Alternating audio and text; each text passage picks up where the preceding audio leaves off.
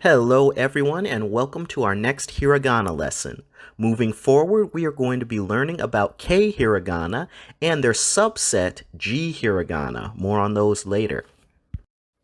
So jumping right in, our first Hiragana for today is Ka. Ka. To write this Hiragana, we start out going from left to right and then coming down and curving back up just slightly. Next, we have a slanted vertical line going from top to bottom and right to left. And finally, we draw our little nub to the right. Next is ki. Ki. We start with a line going from left to right and curving up just a little bit. Then we draw another longer line, also going from left to right and curving up a little bit. We draw a slanted line from top to bottom and left to right that intersects with both of our first two lines. And finally, we draw our curve starting at the bottom left. You may notice that our handwritten ki looks a little bit different from a ki written on the computer. Specifically, that the last stroke is unattached in our handwritten ki, but attached in our computer ki. This is just a matter of stylization. You're going to see it with a couple other hiragana that we go over. I prefer to think of it like the English letter G. Think about writing G with your hand versus writing it on the computer. They look very different, but we still recognize both of them as the same letter. Now we have ku.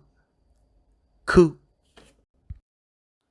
And this hiragana is just one stroke. We go from top to bottom, right to left, and then from top to bottom, left to right. Next is ke. Ke.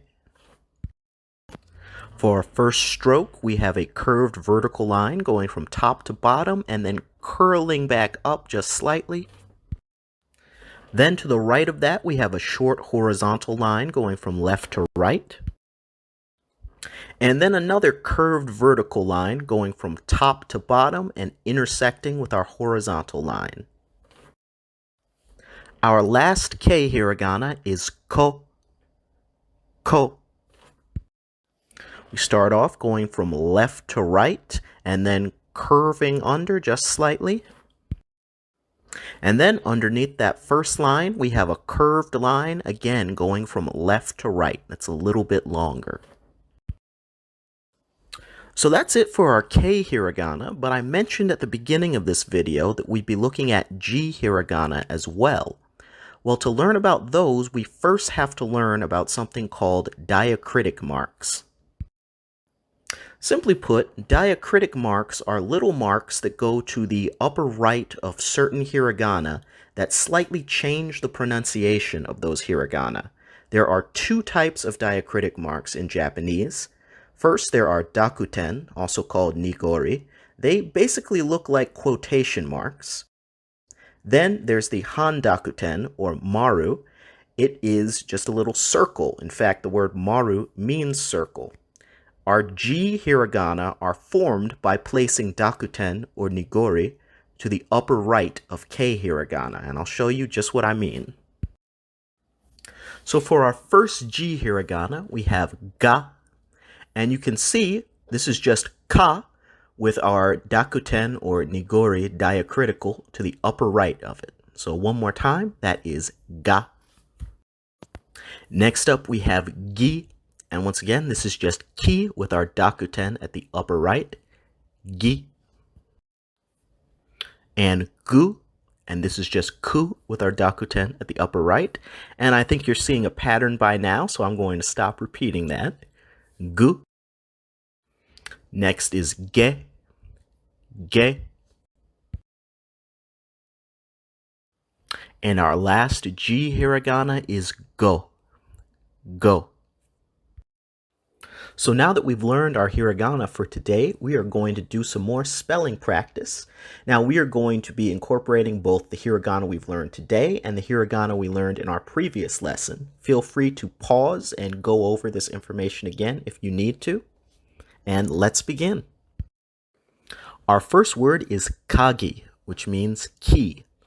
Kagi.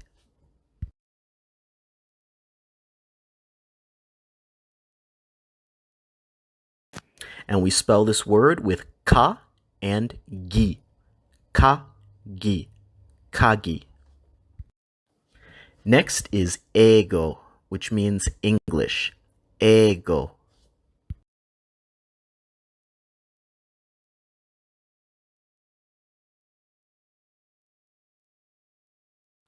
And this is spelled e, I, and go. Ego. Keigo, which means formal speech. Keigo.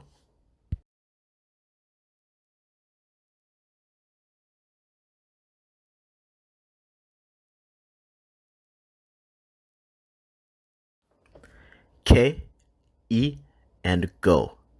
Keigo. And our last word is kuki, which means air. Kuki.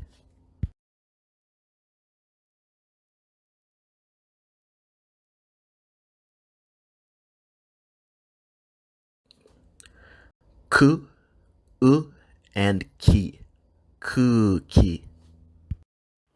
And that is the end of this lesson. Once again, if you'd like to practice these hiragana, you can do it freehand, or you can use the hiragana practice sheets in the link in the description. Ja, mata.